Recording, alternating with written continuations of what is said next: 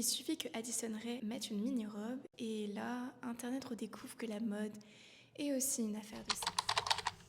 Parlons aujourd'hui d'histoire de la mode et du vêtement pour essayer de mieux comprendre cette grande histoire d'amour. Dans les années 80, Vivienne Westwood a été l'une des pionnières. Elle a ramené dans la mode des coms punk avec des sangles par exemple. Ainsi, grâce à elle, ce qui était jugé ou encore évité devient stylé.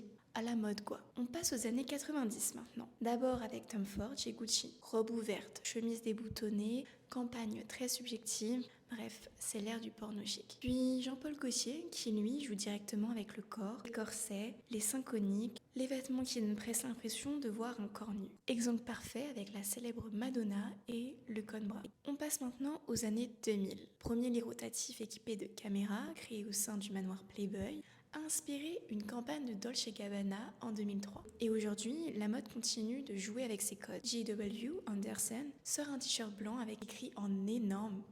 Et plus récemment, avec l'icône Lias et sa combinaison entièrement nue signée Jean-Paul Gaultier. Donc, quand Addison fait renaître cette culture mode et pop, elle ne sort pas de nulle part. Elle reprend des codes que la mode utilise depuis des années. La lingerie, le désir. Sauf qu'ici, ce n'est plus seulement pour vendre une robe ou une campagne. C'est plutôt une façon de mettre en scène une sexualité, une liberté assumée. C'est peut-être ce qui dérange. La sexualité est partout, mais dès qu'une personne l'incarne pleinement, ça devient un débat. On en pense quoi ?